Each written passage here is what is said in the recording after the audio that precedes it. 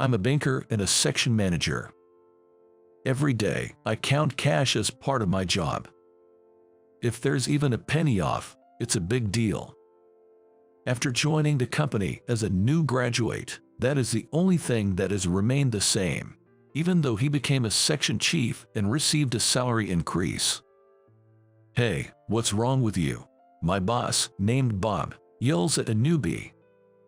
"You're wasting everyone's time." His yelling echoes throughout the office, making my colleagues shiver. As a manager, I couldn't say anything and just had to silently watch. Hearing yelling is an everyday occurrence. But I wonder if this is really okay. Counting money, listening to yelling. The thought of becoming the one who yells dampens my desire for promotion. It's probably not his fault. There must be a problem with the work environment here that requires yelling. Other banks must not be like this. Bob has always been good to me. Outside of work, he treats his subordinates to meals, listens to their problems, showing a warm human side. The company environment that can change a person's character to this extent is truly frightening. I want to run away. Lately, I've been thinking about it more. But I can't do that. Switching to a company that pays the same salary is difficult, and I don't have the confidence. I worked hard, graduated from a prestigious university, and finally got this job. Quitting would be betraying my parents who paid me college tuition. So, I just get through each day. Coming home exhausted every day, mentally drained, unable to reply to messages from my girlfriend, Emily, munching on fried chicken I bought from the convenience store. I fall asleep on my bed, forgetting to turn off the TV. And then, I close my eyes and zone out. Suddenly, the TV catches my attention. Country living is becoming popular, and in our next segment, we'll meet a man who moved to the countryside and renovated his home from scratch using DIY techniques. I listen to the TV host's words. "Wow, what a lovely home. What's this?" "This is a wood-burning stove. I cut the wood from the woods and put it in here." Moving to the countryside, huh? Hearing that much, I opened my eyes and turned my face towards the TV. The man featured in the program was of my generation. He had renovated an old country house by himself and was living in it. Wow, that's amazing. Watching him, my heart leaped with excitement. When was the last time I felt this thrilled? I want to try it. That's what I thought. But no, calm down. It's impossible for me. I can't give up my current position. Besides, the faces of my parents kept floating in my mind and wouldn't leave. Living surrounded by nature in the countryside, it's like a dream. But after all, it's just a dream. Because it will never come true, because it is a dream, I can imagine it and enjoy it. That's reality. I slowly close my eyes and fall asleep. Then, one day, while living these days, my grandpa, he passed away in his sleep, my father says with a trembling voice over the phone. Really? But he had a good long life, didn't he? Yeah, he did. I was on my way to my grandfather's rural home to say goodbye.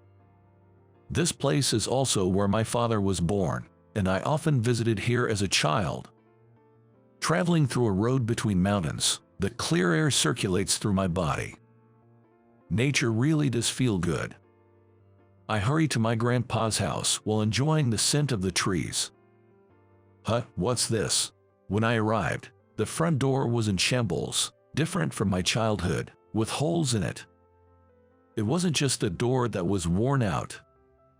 The recent typhoon damaged it. Said my grandma in the living room. She's 85 but still lively, though much older than before.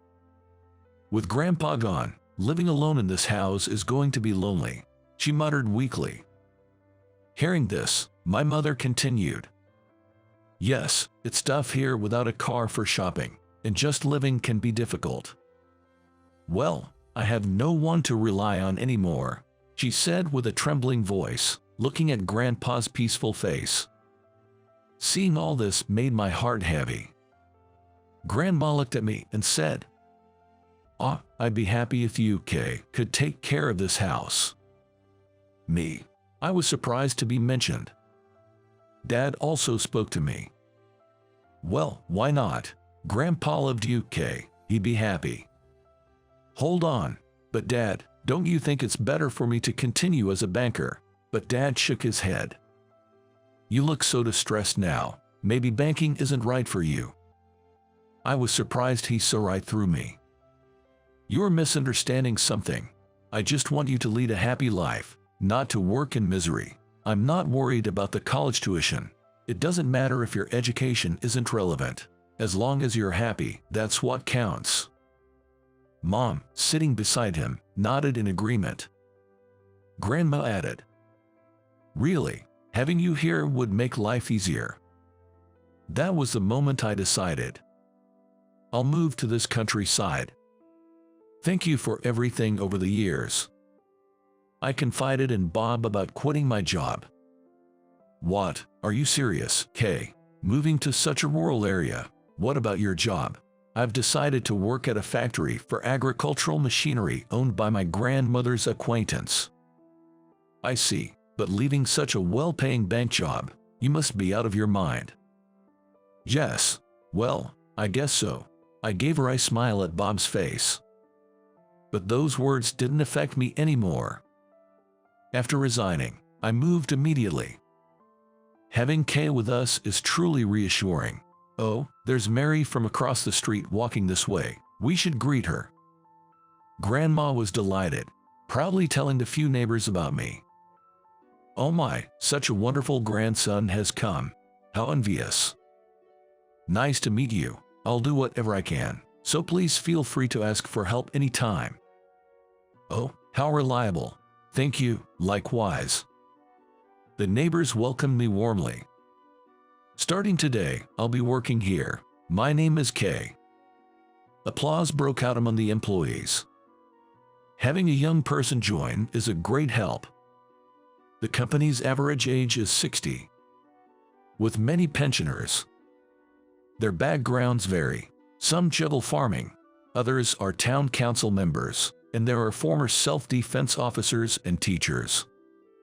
The seniors patiently taught me the job, and their diverse life experiences made for enjoyable break-time conversations. Unlike before, this job requires manual dexterity, but even if I make a mistake, they reassure me, it's okay, don't worry. They praise good work, providing a sense of security. The salary is indeed lower, but I'm genuinely happy here. There are no convenience stores nearby, and the nearest supermarket is in the next town, but the warmth of the people here is a treasure. I felt more at peace than when I was working at the bank. Though it meant a long-distance relationship with Emily in New York, we managed to meet once a month at a midway point for a date. On days off, I did DIY around the house, making it more accessible for Grandma. We went shopping and to the doctor together. Kay, I'm so glad you came. Thank you. She always says thank you. I feel happy when I see Grandma smile. The hard times at the bank seemed like a distant memory. As a year was about to pass, Emily proposed to me, asking, "Will you marry me?" I was surprised, but she had always shown interest in countryside living and wanted to start our rural life together as soon as possible. I said yes, and we decided to have a wedding. We chose New York, our hometown, for the wedding.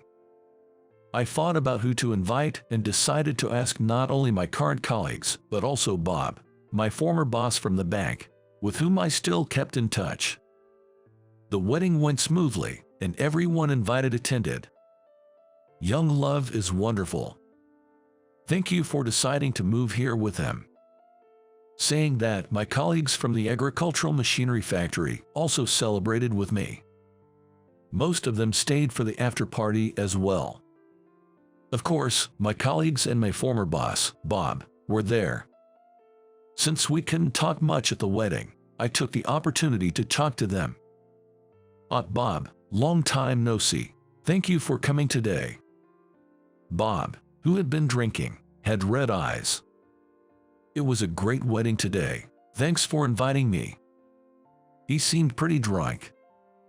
Come to think of it, he was always bad with alcohol.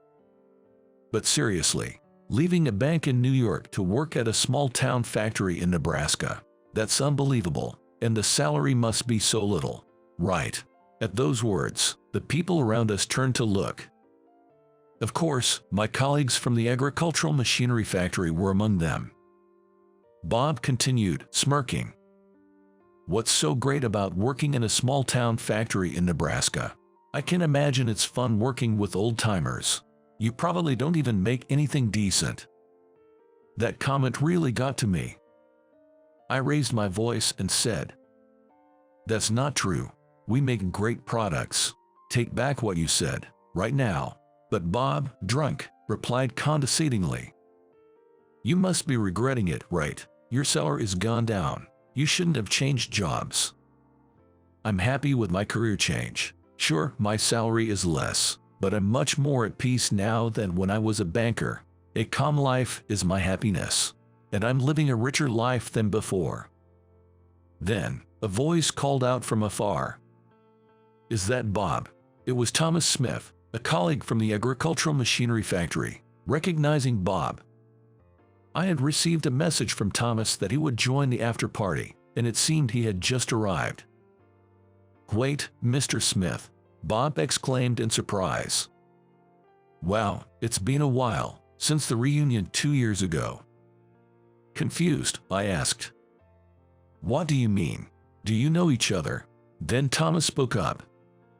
Bob was a student of mine back when I was teaching in New York. We've known each other for many years now.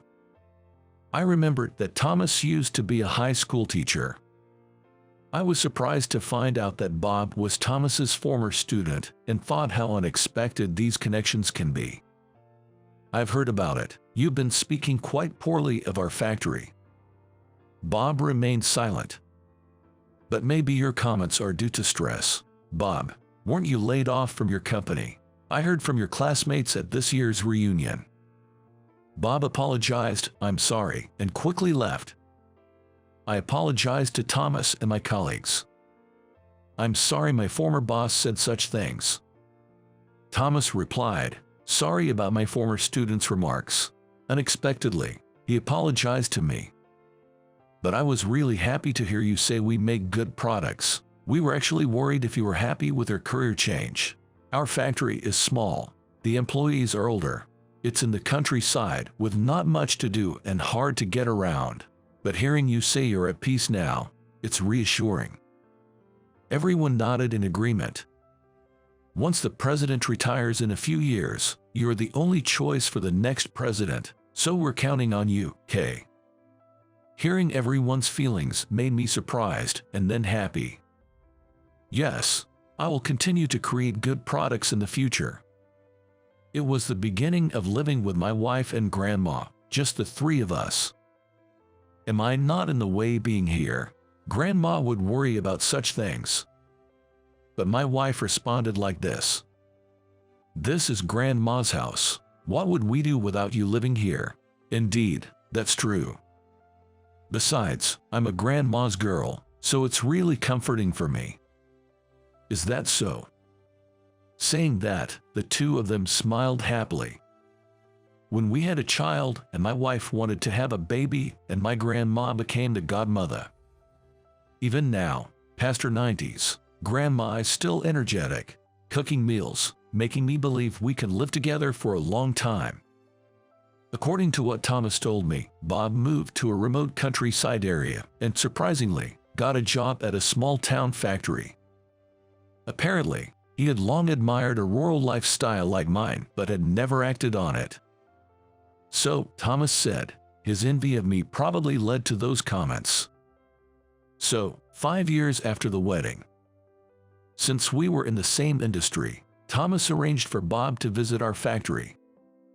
I'm sorry about back then, but now, I'm also working hard at a small town factory, trying to make good products.